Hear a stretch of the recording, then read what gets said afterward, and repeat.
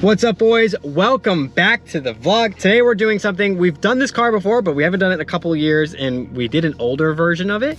So now we're gonna do the brand new version of it, and that is the 2025 BMW M4 Comp. And I'm super excited about this one because the first one that I drove in 2022, I wasn't super impressed with.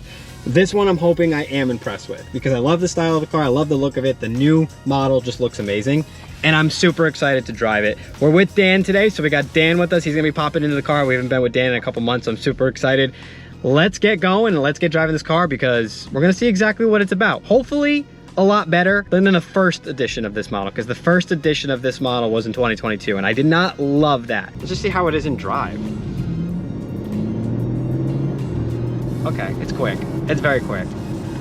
I feel a little bit more comfortable nowadays doing it. Back then, because the first time I ever did a car for a dealership, a guy went with me, and I was a little like skeptical. I'm like, what am I allowed to do? What should I do? Like, you know what I mean? Because I don't want to hit it. So maybe I'll feel a little bit different now that I have a little bit more comfort and I can do a couple little pulls here and there, you know? All right, let's see what she's got now that we're past that. A little bit of balls and drive. Nice. So now that I'm kind of feeling it out, it does feel way better than I had previously assumed.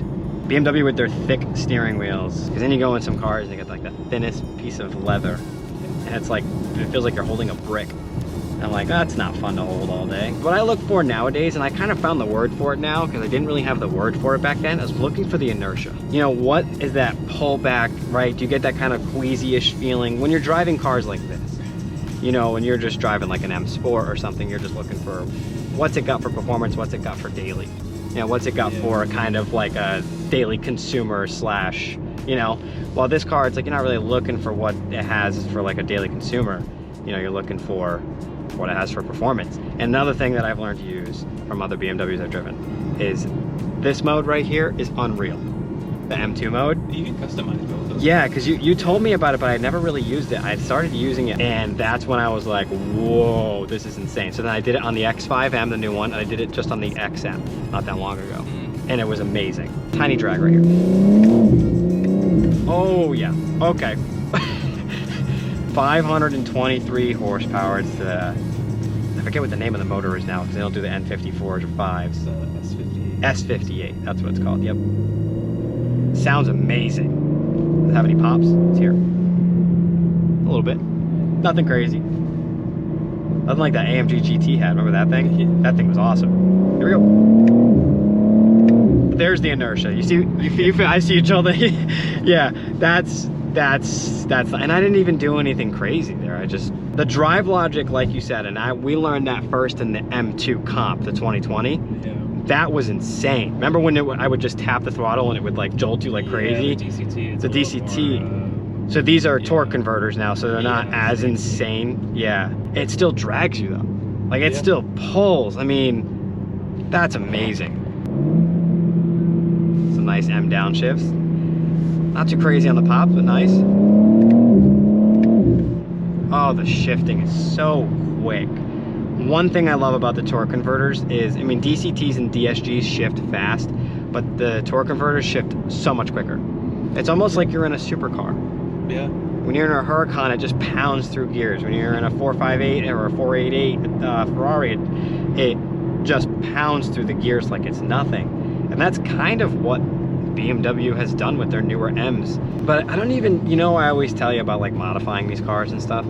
What the hell do you do with a already 500 and let's just round up 30 horsepower car? Maybe I've seen people do like a big like single turbo on them. That's a good idea.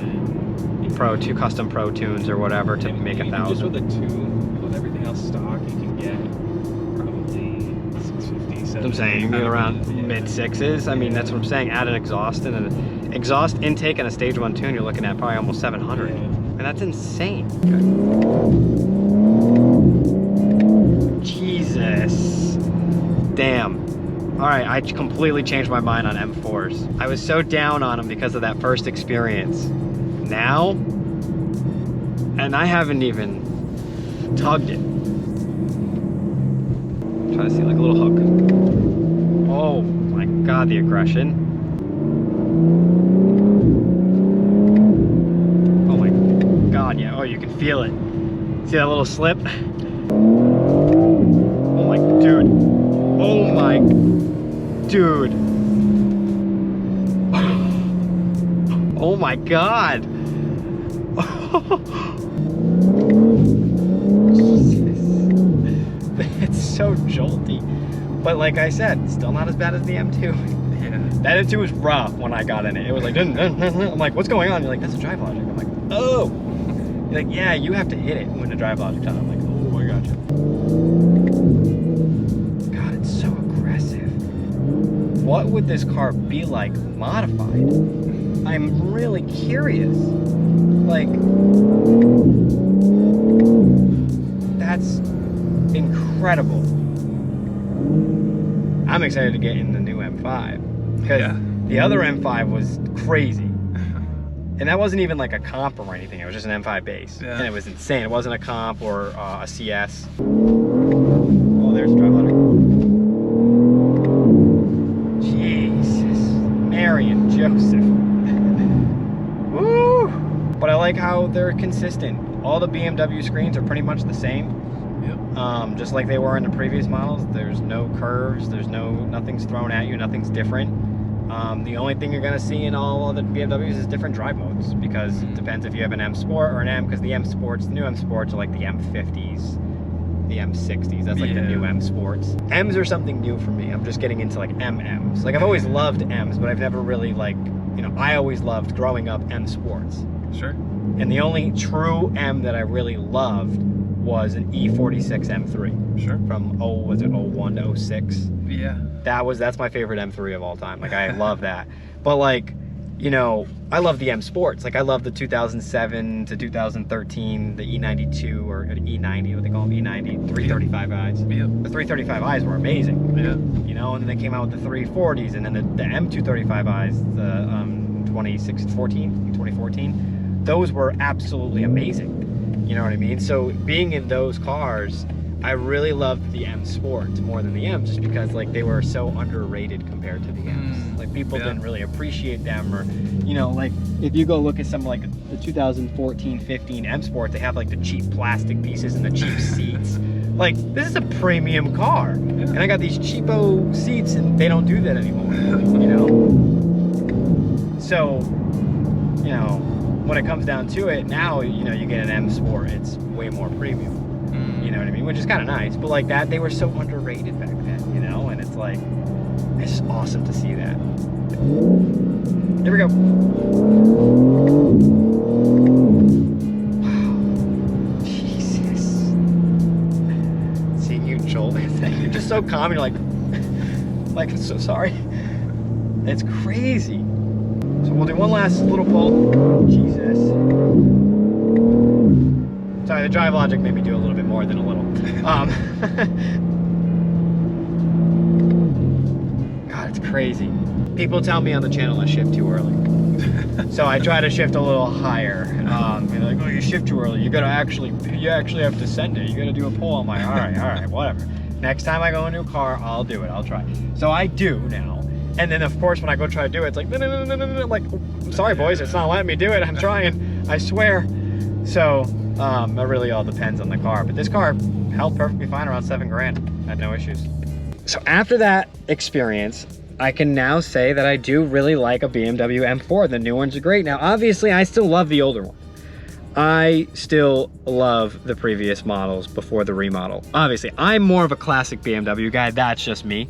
But in reviewing these cars and kind of seeing them, overviewing, driving them, getting kind of some reactions from me, I do really personally enjoy them.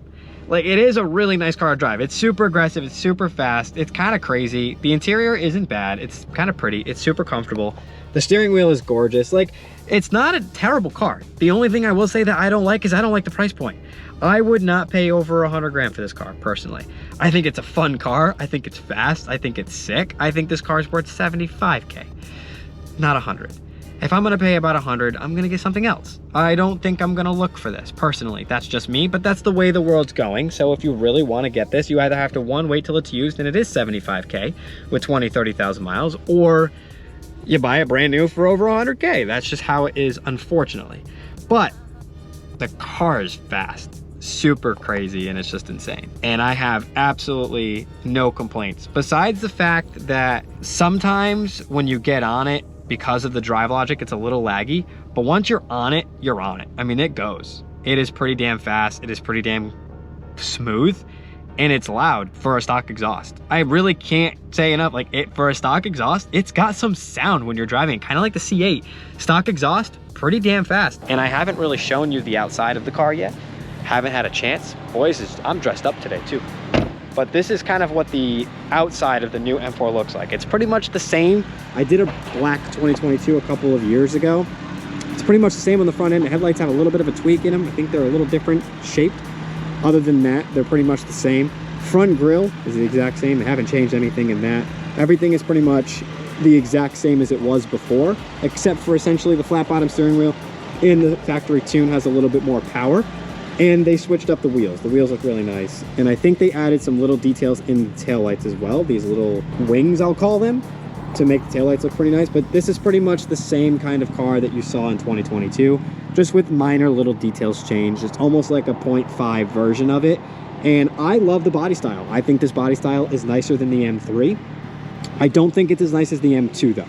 I think the M2 has the best body style of all the M's, but I think this M4 just looks crisp and everything that you want in a bigger body two-door performance car you have. And that's what I really like about the M4s, because the M3 will give you that sedan, the M4 will give you that sedan size but in a coupe, and then the M5 gives you that big body sedan. So if you want the big boy, you get that. And then the M8 is the big bodied coupe where it's super long, it's super boaty, and it's a coupe. So, and then you have the M2, which is your little coupe, your little tiny coupe that just hauls. So every M has its own story, has its own way, and this one is gotta be my second favorite. But next to the M2, which is my ultimate favorite M of all time, the M4 has gotta be my second favorite one. And I'm not saying this one specifically, just M4s in general. Like, I still love the way the older M4s drove compared to the... But boys, with that being said, that is going to end today's video. Thank you so much for watching as usual. And if you're watching, have a very Merry Christmas and a Happy New Year. This is probably the last video you'll see, not of the year, but you'll probably see one more video before the year closes, but this is the last video before Christmas, so I wanted to wish everybody out there a happy and very Merry Christmas. But boys, if you haven't already, make sure to hit the subscribe button and hit the bell next to it to get notifications whenever I post videos. And as you know, boys, we'll see you in the next one. Peace out.